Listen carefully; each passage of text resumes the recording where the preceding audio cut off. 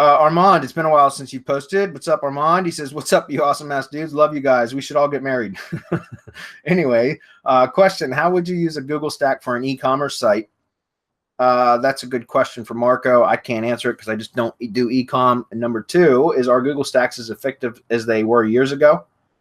I can answer that one. But first, Marco, start with the e-commerce. Can you provide any insight?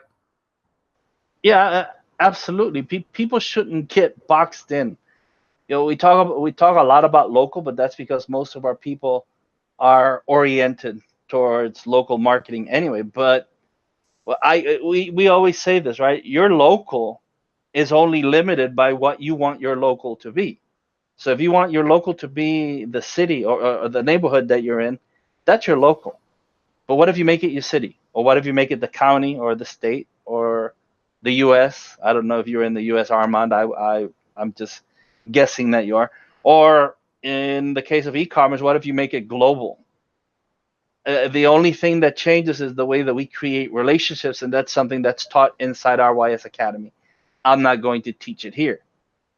Now, it's not ready yet, but we have something awesome coming up for RYS Academy Reloaded. It should be ready in the next 2, maybe 3 months. And it's specifically targeted for those people who want to make their local whatever it is that they want it to be.